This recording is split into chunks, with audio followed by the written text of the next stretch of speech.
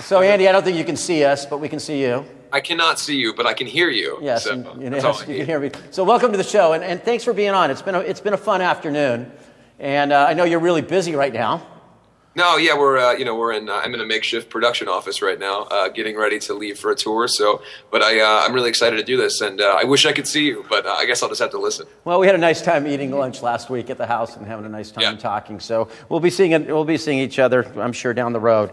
So Andy, your story is unique. You grew up a lot of Warped kids. Tell me about a little bit about your early background and getting turned on to music. You were, in Ohio, and kind of that kid that probably got picked on just like a bunch of us did when growing up.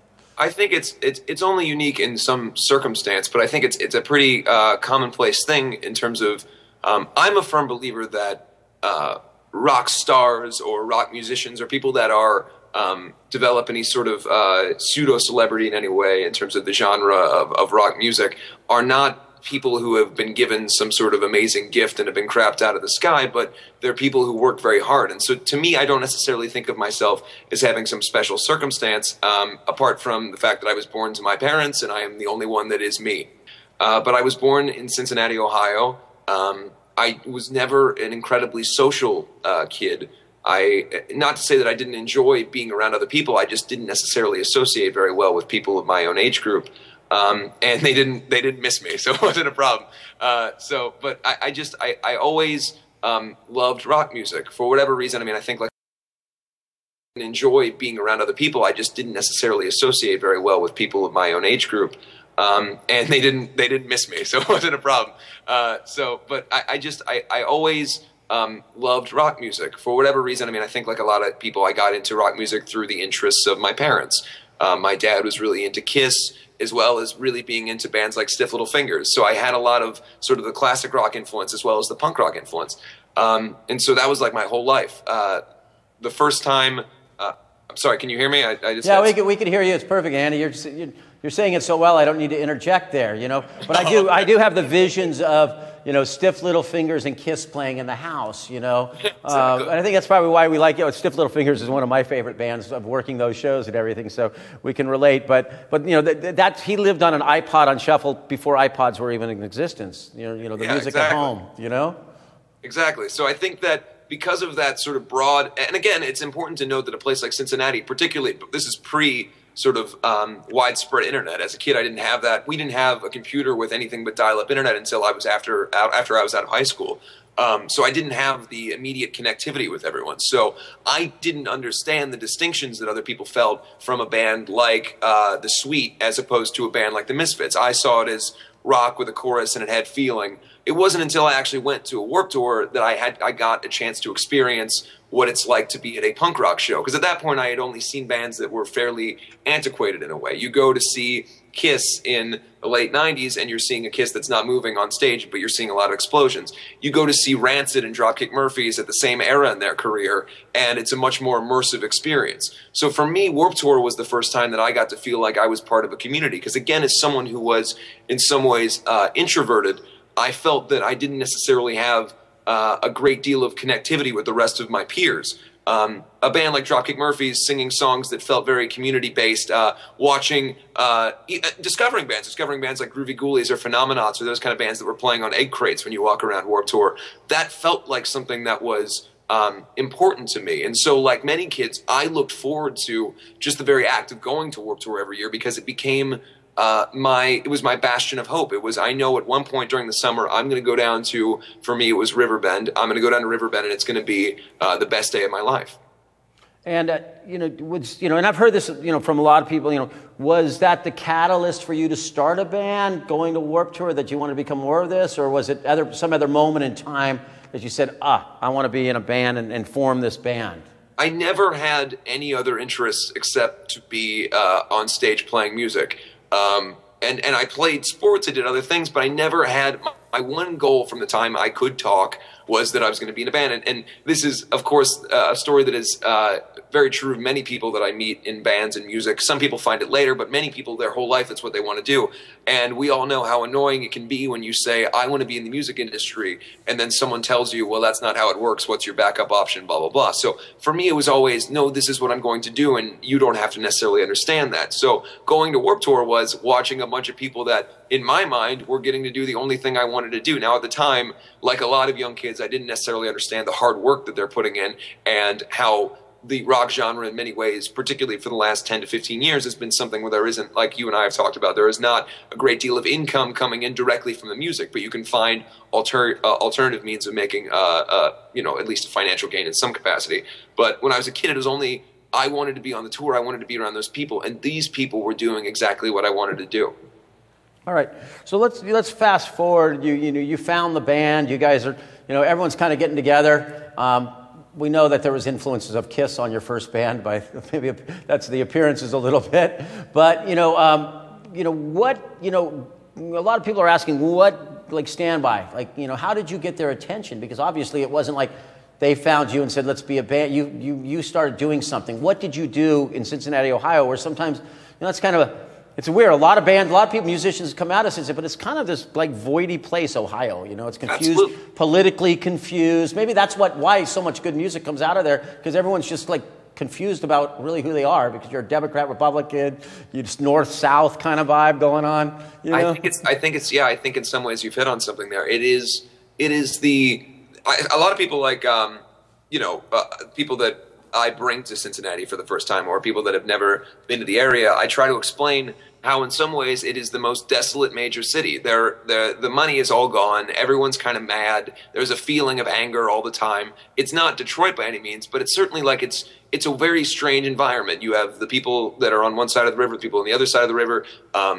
I always just say that I'm from the Northern Kentucky, Cincinnati area, because all my bands growing up were all located on the other side of the river, because for some reason on the Cincinnati side there was never much music, or at least anything I could associate with.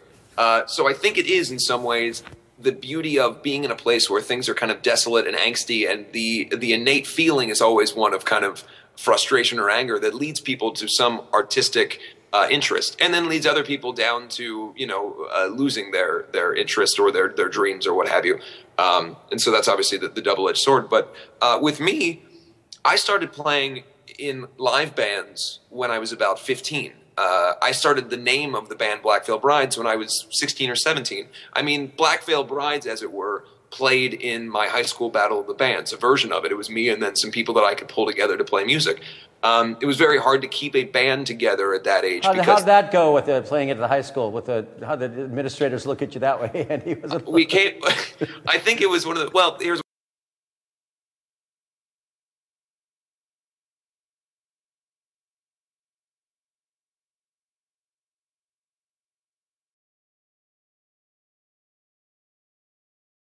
Print, and I made screens with emulsion, and I screen printed. I went to a place called Stephen Barry's, which sold old, oversized, and weird colored T-shirts, blanks.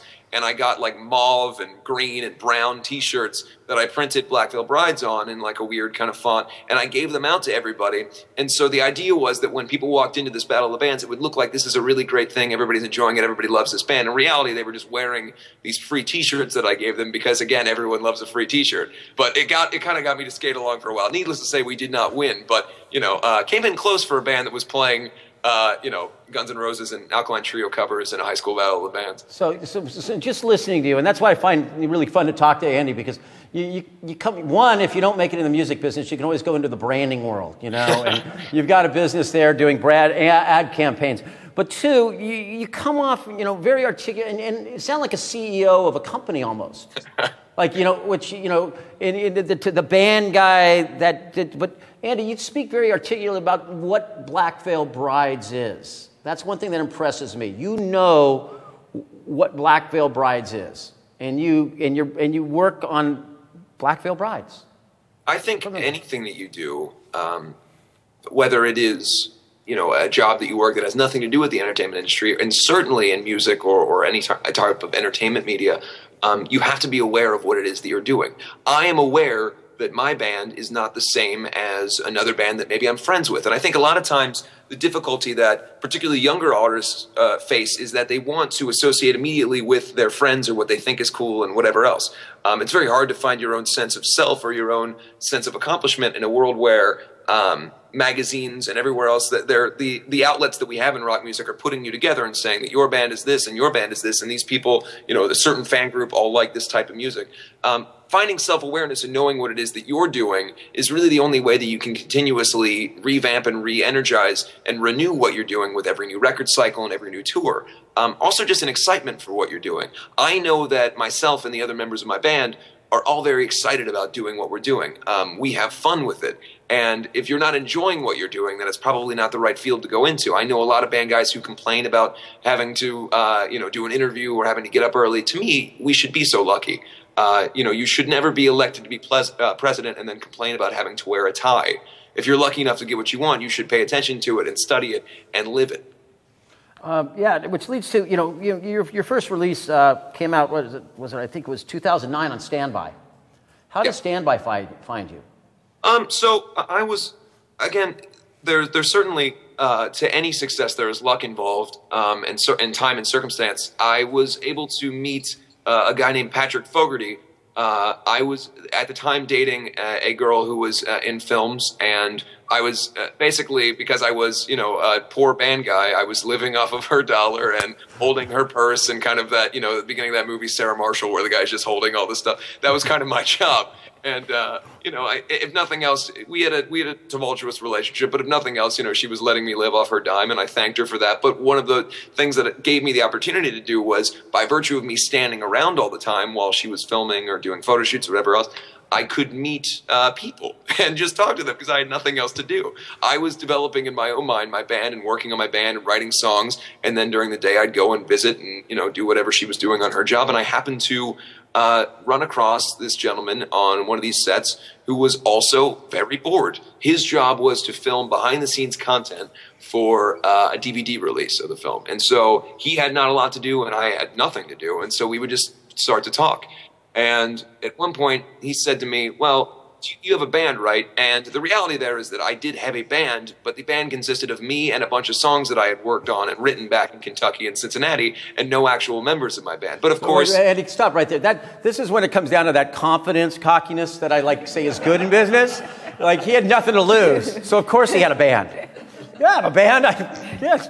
Look, I'm trying to, today, Eddie, I've been talking a lot about that moment. Like, you had nothing to lose. You're not really, it's just like, that's who I am. Yeah, I have a band. Just in case he wants, hopefully he doesn't ask me to play for him tomorrow. But yeah, I have a band. I'm ready to go. So that's just the thing. If he did ask to play, then I would have to figure it out. So what happened was, I say, yes, of course I have a band. There's a full band. When, he says, well, I direct music videos. So if you ever want to do a video when you get back and you have a budget, let me know. So we go our separate ways, and we were at the time in Georgia, and by the time we get back to LA, like a week or two has passed, and I get a call from him saying, hey man, I happen to have some free time. If we can wrangle together even a small budget and you guys are ready to go, let's shoot a video. I know you sent some of those songs that you had been working on. At the time, I had maybe 3 or 4 songs, a few that I had written with a friend back in Kentucky who couldn't come with me out to LA, so it was a situation where I only had this kind of material, and I was like, yeah, let's do it. So then as I'm getting off the phone, I realized that I've committed to making a music video with no band and no budget. And this guy now assumes that I have all these things. So I call him back real quick and I go, look, if you trust me here, I promise to you, and again, I don't know why he believed this, but I think I'm 17 at the time. I say, if you believe me, if we can get together a budget and I don't necessarily have to pay a lot out of pocket, I'll pull whatever money I can together. But I promise you that in a few years, you will be making big major label videos with big budgets, and we'll have a movie together and all this stuff. And I'm promising him all this stuff. All a lie, of course. I'm just, pulling it out. This just goes into complete fine line between just bullshit. Exactly. I'm willing to admit at that point I was certainly pulling it out of my ass, so to speak. So he, for whatever reason, I think maybe he liked my hubris, so he agrees to it. And then I have the arduous task of pulling together a band. So I remember that I had met someone from Dayton, Ohio a couple weeks ago at a party who said he kind of played guitar, called him up, hey man, do you want to be in a music video and pretend to be in the band? Sure. Send him over the song, learn it. So is this when you had to start thinking, is everyone going to wear makeup because you have to change people later? Yes, well, my thought was that since the makeup existed, that I could just, and anyone could look like anything, and I could just dress them up. I mean, at one point we had people who were in their late 50s. I had a drummer. The first drummer in my band was my dad's drummer from the 80s, who was in a band called White Lies, and his name was Frank Schmidt, and he was 55 years old, and I was 14. But the makeup kind of brought down the age demo a little bit. Yes. So anyway, so the thought was that I could develop a band in that way. So I called up this girl that I knew who was a drummer. I said, hey, do you want to be the drummer in the band? I met this guy named, I think his name was Alan. And I said, do you want to play bass in this video? And the night before we actually shot the video, Alan, sadly, his dog died. And he flew back to San Antonio, where he was from, and he was never in the video. So if you watch the video for the song Knives and Pens, there was only a guitar player and me and a drummer. There is no bass player in the video. And that wasn't a creative statement. That was just because I couldn't get the guy to stay long enough to shoot the video. I guess, you know, and so that wound up developing this pseudo band. The reason I tell that story... And that video, someone, I think, you know, there was 100 million views of that video or something. Yeah. Yeah, the reason I tell that story is that the reason that Standby or anyone found us was by virtue of that video going online and becoming viral and becoming so big. Really, I owe so much of my career and my life to the belief that Pat had in me. And now, you know... So, and what's cool is that last year, Pat and I, we did make a movie for our record that was shown in theaters. He's done every video that Black Veil Brides has ever done since then. We just shot 2 videos last week, big budget videos. So I mean, it's kind of cool to be able to repay that. And that's what I just you know, we talked about loyalty and people that help us along in our business, you know, and that's where, you know, I think I'm seeing with Andy, you know, that thread we've talked about today. It's like someone stepped out for you, and now it's like things are going well for you, and you're a team. You're working with this team, and you bring them along with you. There's nothing wrong with that, you guys. You know, I'm sure you get approached all the time, and probably had influences coming at you at different times going, use this guy to shoot your video. Use this person. This person has a concept. How often did that happen? And you had to say, no, this is the guy who got me here. Well, I mean, like anybody, we were put in a position where when we made our first video for Universal, for our first record, our first major label record, we were put in a position where we were kind of told, well, no, this is how we do it, and there's this director. Nothing against the director, but we wound up doing a video that I don't like very much. And so we literally, I think it was the next week after it came out, I called up Pat and said, you know, let's get back on this. Let's make a video so that we can do better. And that song actually, which is a song called Legacy that he directed, that was the one that became the one that actually hit at radio and did well for the record, as opposed to the single that the label initially thought. And I think that in some ways, nothing against the label, but that was something that taught me a lesson, which is, you know, the people that you develop these relationships with, like you just said, Kevin, are the people that have your back the most and are going to give you the best. We have the same manager that I've had since I was 17, and he's not with a big management company. You know, until very recently, we had an independent booking agent. We've had the same tour manager for the last half a decade. We like to keep people that do good for us in our camp, and to be able to reward them with, you know, the bigger the band gets, to be able to pay them more and to be able to give them experiences. And we really are all about that. And you know, I think sometimes, you know, and it's this new business model too. You know, Andy is, you know, and I keep going back to CEO of the Black Veil Brides brand, and you've got a mission to it, and people are more, you know, they have to listen to what he wants because he's intelligent about the business.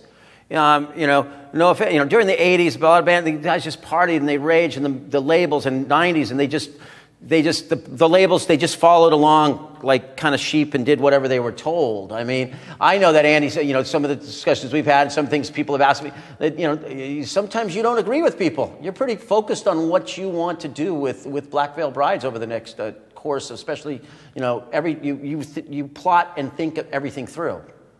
I think so. I think it's the only way to be certain that what you do in your life has any positive effect. I mean, I think that, and I've told you this a million times, I don't look at it pessimistically, but I know that in anything, the bottom can drop out any day. And if you are not paying attention, it's going to be a lot more likely that that's going to happen. And you talk about the 80s, there's so many famous quotes in the 80s of people like, you know, Kip Winger or these other people who were saying things like, I'm going to be famous and important forever, and, you know, I'm the greatest. And those people do live on through their music, and a lot of people still enjoy their music. But to me, my life is, I want to have every accomplishment I possibly can, and to be aware, hyper aware of what's happening, not only with the inner personal relationships in the band, but also the business end, because anything can crash and burn. Something that's successful or something that's popular by public opinion is often, it's fickle. It can leave you. But if you know what you're doing and you know what your band and your brand and everything else surrounding that is, you can make that last. People give Jerry Only a lot of guff because he markets and merchandises so much with the Misfits brand. Jerry will never really have to work a day of work in an office or whatever else for the rest of his life. And he was in a punk band that the output of records that they put out has only been, like 8 or 9 records in total in the last nearly 40 years. That's pretty impressive. He's always been hyper aware and had people around him who are aware of what the branding is.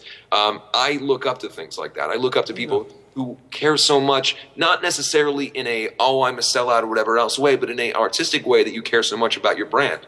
And I'm going to interject there because, and I don't know, there's politics, but when Andy got to sing with the Misfits at the AP Awards at first, there was a little bit from the Misfits. Who's this Andy guy almost, you know?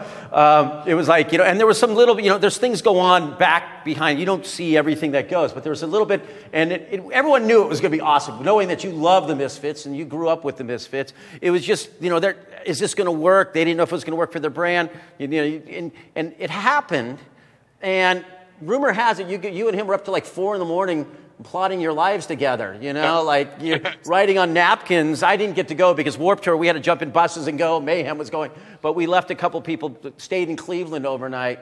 And it sounds like you and, it's what I heard, you may confirm, but it's like 4 a.m. you guys were writing lyrics together on napkins or something. Absolutely. I'm very fortunate to have met Jerry through, everything that happened with the AP Awards. And I'm very fortunate to say that he wants me to be further involved within the world and the Misfits. So that's great. And hopefully that can be something that comes to fruition. Yeah. So it's interesting sometimes, but then you get the artists together and then all of a sudden it's like, then it's cool because Andy's going to control that. And, it'll be like, sorry, I can't tour. I got to go hang out with the Misfits and do it, be in the next video. But, Andy, touring, we were talking about it. You seem to, pretty stable life right now. You're doing a lot of things, but you're also like, you're getting ready for this big cycle coming up around an album. You're also doing other things now. You've got businesses you're involved in, sure. With Juliet and then jewelry. And what, do you believe that diversifying into other interests is important as an artist while they're still doing what they're doing? Or are you just having fun with that? And I think that it's a delicate line that you walk, right? Because you look at the climate of every band member has a T-shirt line kind of thing, and people will make fun of it. But it kind of goes back again to what I was saying earlier, which is that there isn't a whole lot of money being made from the music that is made. You know what I mean? Yeah. You take 6 months, 8 months to make a record, and it's released, and there isn't a lot of money that's coming back to the artist. So you have to find an alternate way of making a living within the context of your career. I feel that if you're doing something that is genuinely interesting to you, regardless of whether it is a marketing ploy or whatever else, if you're doing it because you enjoy it, it's impossible to be disingenuous. That might not always be the perception of the consumer or the person who's seeing you do it. But if you're doing something that you really like or something that you really enjoy, I don't see it as a problem. I think that with Never Take It Off stuff, I believe in the company. I believe in the cause. With the Exhibit A art gallery that I'm involved in, I believe in the artists that are involved in it, and I believe most importantly in the person who put it together. Anything that I involve myself in has to be something that I truly love. And for me, I've not yet crossed that line where I feel like I'm being a quote-unquote sellout. But I think it's important, and something that I want to say is that every artist that I know always has the opportunity to sell out, quote unquote, every single day. I think sometimes people think that there's one, dramatic fork in the road and you decide to either sell out or not. But every day that a company is offering you X amount of money to wrap your thing in this or to wear this wristband or whatever, every day that you either choose to do it or not do it is a incremental level of, quote unquote, selling out because you have to survive.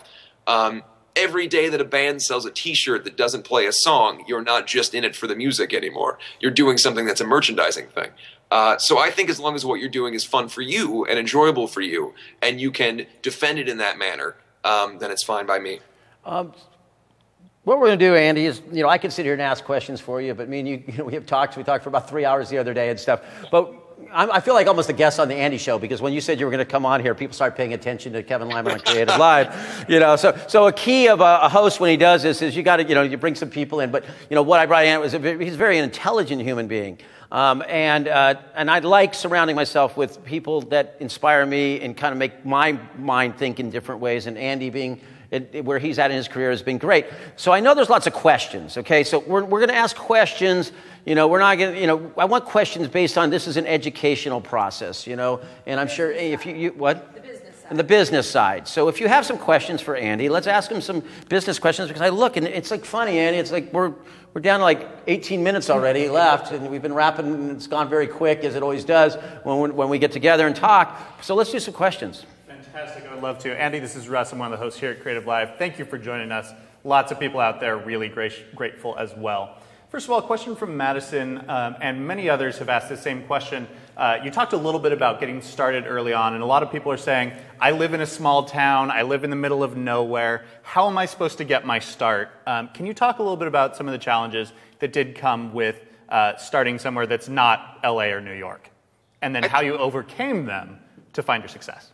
It's very hard to answer that without getting, or very hard to answer that in a business way or a factual way without becoming in some ways hyperbolic. I mean, I think that the idea that you have to say, believe in yourself, and you have to say, don't listen to them and kind of defeat the outward demons or the drudgery of life.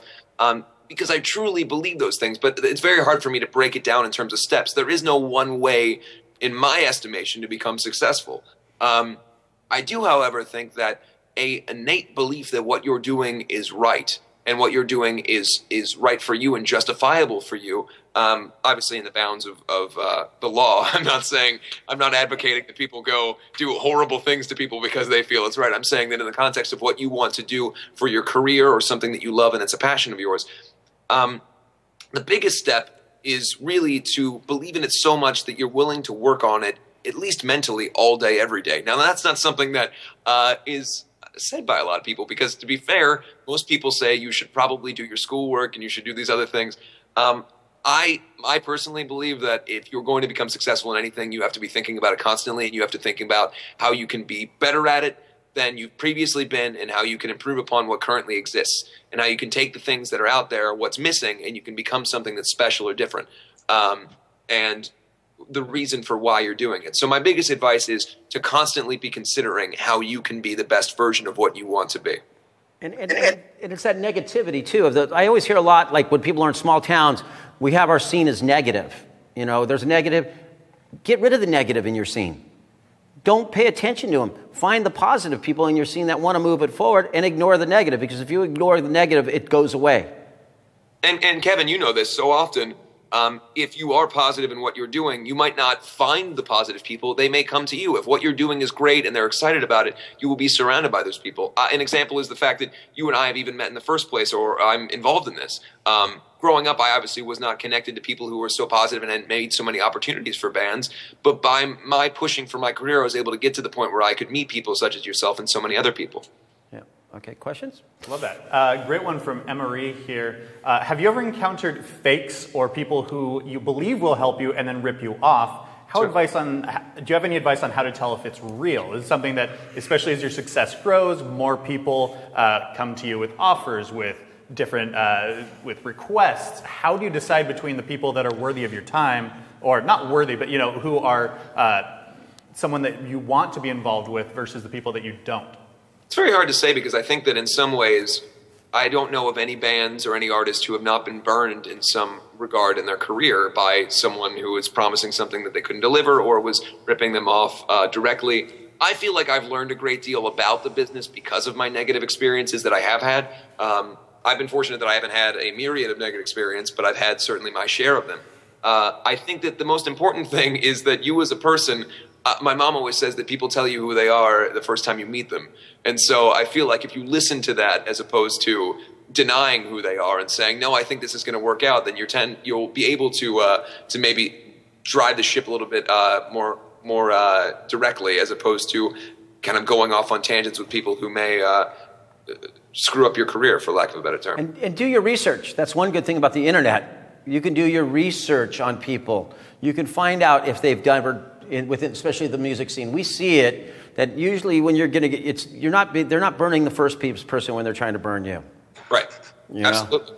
Yeah. Do you have any questions from anyone here in the room? Love to take your guys' questions. All right, I'm going to keep going for people online then. We've got somebody. They're getting tired in the room, Andy. We've had them since 9 o'clock in the morning, so our audience in the room here I think they've been processing a lot all day, so we're going to go back to the internet. Sure have. When you went to California to really get the band started and where you wanted them to be, what do you think was the biggest challenge in finding others that shared your vision or at least agreed with it? And then can you talk about how you tried to execute your vision while agreeing with the rest of your band? And again, this is speaking specifically from a business side. When you're looking at what tours to go on, what gigs to take, how do you deal with those agreements and disagreements? When I first, and I always say that the strangest thing about being in a band is that for anyone, can you imagine spending every single day and working concurrently with people that you met randomly on the first day of school when you were 15 years old? You know what I mean? Like, with no reason for why you should be around them other than the fact that you all happen to have to go there to get the education that you require or the state law or whatever else. You don't necessarily know why you like each other or whether you dislike each other. You just have to be there. The strange things about bands is that sometimes a band is formed based and predicated only on the idea that that guy also has a guitar and he wears a Led Zeppelin shirt. And that's enough to get together and start playing music because it's so hard to find someone who maybe has a similar interest or a similar feeling about music. It doesn't mean that you're necessarily going to get along with them. I like to say that our band is a collection of puzzle pieces that all have the same image printed on them, but that do not fit together initially. And it's over time and through the sheer force of will that you put them together and you make them fit because you have to work together for so long. And now, 5 years, 6 years in, we are the best of friends and we all understand each other's ideas and we all understand why we are this way, or we can respect each other's idiosyncrasies in terms of personality traits. As far as finding a band of people, I could not have been more lucky when it came to coming to Los Angeles. I moved out here with a very small amount of money. I lived in my car for the first year that I was here. I bounced around on girls' couches. I slept in rehearsal studios. I did not have the opportunity to fail. I needed to meet a bunch of people. I needed to meet musicians because I needed to form a band because I was going to starve without it. So I happened to meet a bunch of people once I came out here that were absolutely excellent. I did not have that luck where I was from.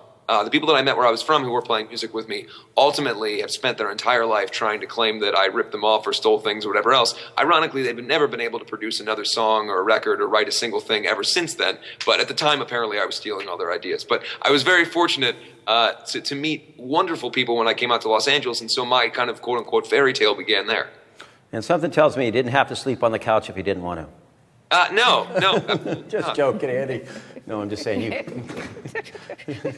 People love Andy. They sure do. Lots of love. Sorry, Andy. Had to throw it in there. That's all right. Tons of love coming in here. Anybody in the room? Again, feel free to stick your hand up and I will watch for you. We had another one here that was great. Obviously, a band lives and dies on the music it actually puts out. So how do you decide what songs to record and which ones to put in the archives? What's your process for deciding what are you going to put out in the world?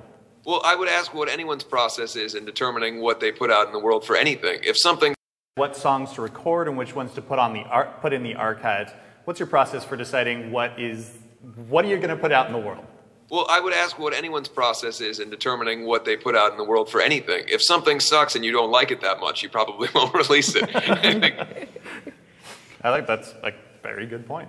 So, Andy, was it how'd you meet Blasco? How did you meet him? What? Blasco's my manager. The manager. Just you say you've been with him for as long when. How did he become your manager? A lot of kids want to know, how do I become a manager? How did he become your manager? Were you hunting for one, or is it naturally you ran into him and thought it was time? We first had a manager in L.A. Who was the first manager that we had, and this is back when we were playing shows. At the time, the only place that would book us, and I told you this, Kevin, was Tony Alva's skate shop on Fairfax, which is now part of the gallery and everything else. We would play in the back parking lot of the skate shop, illegally, of course, and then we get shut down by the cops. But we would have shows regularly back there, and there was, I think our backdrop would just be balloons and like a half pipe or something. And so we would play shows back there, and we started getting interest from people, and people started showing up. There would be 200, 300 people in this parking lot for us to watch us play. And so by virtue of that interest, and obviously coupled with the fact that there was online attention, you know, from the video and everything else for Knives and Pens, I started getting people to kind of pay attention. So we had this manager, and I won't say his name, but he kind of messed around with the idea of being our manager for a little bit. He would never show up to anything. He would never really answer anything. And then eventually I got a call one day just saying that, you know, I'm sorry to say this to you, I just don't see a future for the band. I don't think that there's anything I can necessarily manage with Black Veil Brides. I don't think it's going to be anything. But, you know, I wish you the best of luck. I hope that you can get it together. I hope you have a good career. And, you know, I've got these other bands, all of whom have fallen by the wayside by now, but I've got these other bands I have to focus on. And so, you know, the best of luck. So I got off the phone, and naturally I did not agree with him. No, which is that moment. And that's the thing you probably, and as an entrepreneur, is that you go back to that drives you to success. I once had someone told me that the Warped Tour, your opinions, I was the guy who started my company, your opinions don't matter, and the Warped Tour won't amount to S, okay? And you know what? It's not, I don't hold it against, I almost look at it as that mentoring moment, like that he sparked that in me, and it drove me in many ways. And I bet that manager telling you that I don't see Black Veil Brides becoming much kind of was that next catalyst for the next level, probably. Absolutely. I mean, that's not an isolated incident. Obviously, it's been well documented that my band is very divisive in terms of, you know, public opinion. And that, you know, I think in England they call us the Marmite test band, meaning that some people love it and some people absolutely hate it. So but polarization was what punk rock was about. Right. And, you know, and that's the cool thing I like about you. You've got the most passionate fans. And then, you know, some people are going to pay $40 to come flip you off at, you know, on my shows. That's cool to get everybody. Take both. I prefer the ones who like me. I know, we all prefer those, but you know, there's a very strong passion towards this. So this man, so how did you end up, you know, with this? So that gave us a situation where at the time we had gotten a booking agent at the time, and he, you know, was like, "Oh, well, we need to have a manager." So now we had, through the development of not having a manager, we had gotten a booking agent and an attorney. The attorney, Dina Lapolte, who was at the time she was representing Motley Crue. She still represents elements of Motley Crue. She does Steven Tyler. She's actually Steven Tyler's personal manager, and so many others. She kind of took a risk on us. She said that I reminded her of the star power that Cher had. So that's like you're hanging out with. She's talking Motley Crue, Steven Tyler, and she goes Cher. I'm like, okay. Cher walks in a room. There's a certain magnetism, or absolutely. Something. So and then obviously.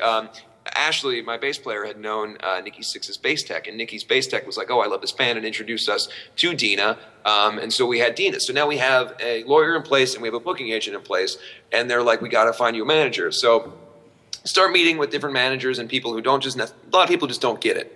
I would walk into meetings with people, and they would be saying things such as, you know, oh, I see you as the next My Chemical Romance, or I see you as this, and nothing against any of those bands, and I love a lot of those bands that were listed when we were, you know, in our early days, but I didn't want someone that was so quick to say, I want you to be the next something. Yeah. I wanted someone who was interested in building this and seeing wherever this was going to go, because I knew in my head that I wasn't always going to be wearing 2-inch heels and giant makeup and lipstick and have 30-foot hair. I knew that that was an evolutionary process, and we wanted to grow and change with every record. So for someone to say, oh, you're the goth band, or you're the band at the time, Twilight was a big deal, oh, you're like the vampire band, they just didn't get it. I happened to get an email from Lasko saying, hey man, I would really be interested in meeting with you. I just started a management company. At the time he was managing a few bands, Casualties and a few others. Nothing like us. And so I said, I would love to come to your office. Where is it? And of course, it was all the way out in like Calabasas or something, and I'm living in Hollywood with the crappiest of cars. So I go out there and I try to drive, and I'm on Ventura Boulevard, and my engine, I was driving an 88 Cadillac Eldorado at the time, and my engine actually caught fire.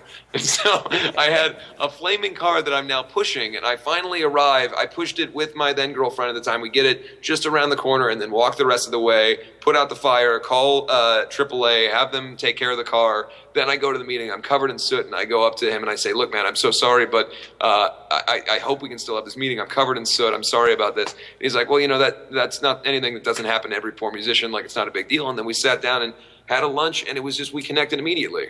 I don't really have anyone in my life that, apart from my direct family, who I'm so close with, that immediately understood it so quickly.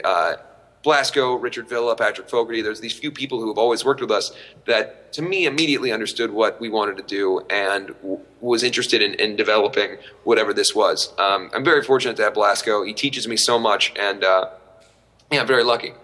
Yeah, we'll have to talk about that over barbecue time. So we have the same comment, but that's how my first date with Fran, who's been my wife now for almost 23 years, I was going to see her, and someone totaled my car. Really? And wrecked the car, and I managed to get to her. How to show up, but I showed up at her doorstep, like covered in soot and sweaty. It was 104, and I'd been working at the fair all day. So we'll talk about that. I'll tell you that story one time when we get together. So. All right, so we are very, very short on time here. Maybe you got time for 2 more questions. Do you mind if I ask? Sure, absolutely. Fantastic. This has been great. One here from Amy Rogers. This kind of talks a little bit about what you talked about earlier about selling out and all that. She says, Black Veil Brides has successfully built an extremely loyal fan base, the BVB Army. Did you have a marketing strategy for building your fan base, or did it evolve organically through social media? And how do you approach that kind of the marketing and the social side of the business of Black Veil Brides? I think that there's a very distinct split in terms of the 2 reasons why those happen. One being luck. It's in some ways it's like some people will say, oh, you have a very dedicated fan base. How did you do that? And I go, you don't ask the guy how he won the lottery. He just happened to win the lottery. In some ways, I'm very lucky to have achieved that dedicated fan base by virtue of them enjoying our music or being dedicated to the elements of the band. The other part is that the members of our band connect very much with our audience. There's 5 of us whose different personalities very easily reflect different elements of how the fans feel about us. There are different parts of the music and the message, and we've tried very hard to give an inclusive, important feeling to what we do.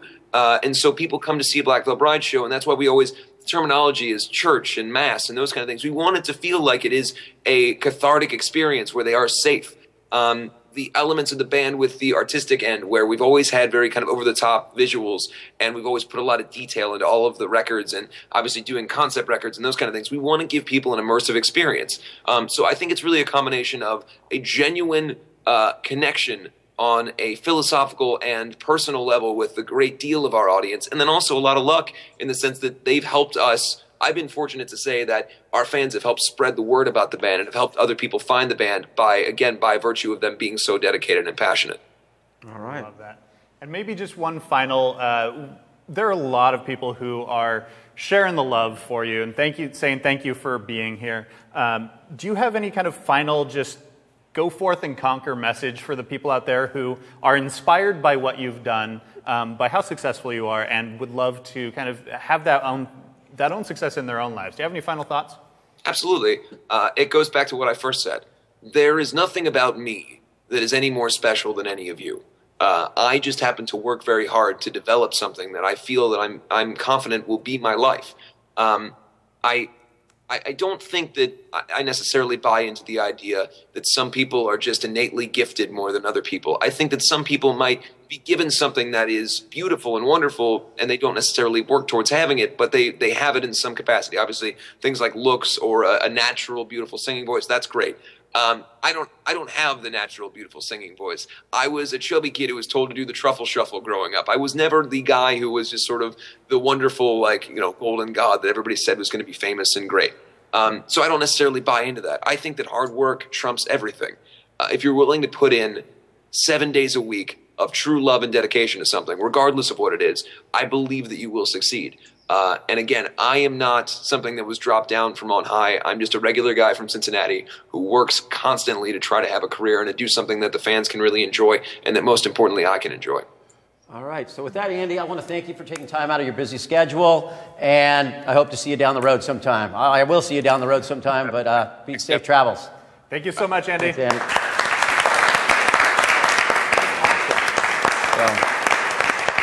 That was All right. really great. He's a really smart guy. Super smart. That's why I thought you guys would like them here. You know? I could listen to him talk all day. Yeah, seriously. Oh yeah, we'll have, it's like someone like, I don't really have time, but we'll take time and sit at the house. We don't have a meeting at the office. He comes over and we cook because it's cool to listen to him and his vision for what he's doing. And if I can be a small part of that sometimes, it's cool. So we have another guest that we are going to get on Skype now. Yeah. Let's introduce him a little bit before, while they're getting him up in the background. Well, we're gonna have Mike Kaminsky on, and Mike is one of the very unique young entrepreneurs in the business. He'll tell you a little bit of how he came out here, but this was that moment in time, and you look at those really dark moments in your time, and I had this dark moment going in Immortal Entertainment when I had merged the companies, and I just didn't like the way things were going. I thought this mountain, I was up at the peak. I guess you're at the peak in business sometimes, and you're working with all these people you'd heard about, and I realized sometimes that wasn't a good space for me, and I said, I'll slide back down the mountain. But there was a kid that showed up to be my intern, and he wanted to come work for Kevin Lyman, and he figured out where Immortal Entertainment was, and he came and applied for an internship. No one told him that he was coming for a summer internship, that I was be gone all summer. And Mike Kaminsky, and he was a young guy, and he loved music, and I think maybe he had a little idea for a record label imprint, or he had one working out of his garage. He was managing a band called Fear Before the March of Flames. He's one of the smartest entrepreneurs, I think, out there right now. He's also dynamic within the music space. We don't want to talk. Well, I'm gonna let him tell him. But he manages people like 303 and Dia Frampton. He's managing Itch, who has like the #1 track in Australia right now. He takes his artists, but he's looking at it as an all-encompassing method now of management. That manager that was just going to sign that big giant deal and take commissions off the merch deal, off the publishing deal, off the record deal, they're not really around a whole lot anymore. There's still some hanging on in different ways. It's the young manager. Are you ready to come on, Mike? Yeah, I'm right here. How are you, Kevin? Did you hear all that nice stuff I was telling about you? I did. I eavesdropped for a second. Thank you. Yeah. So this is Mike Kaminsky. Where's your cats? They'll be here in a minute. All right. Mike is a huge fan of cats. But I was just telling him, Mike, about some of the people you work with and how you have taken that, management philosophy that, it's a full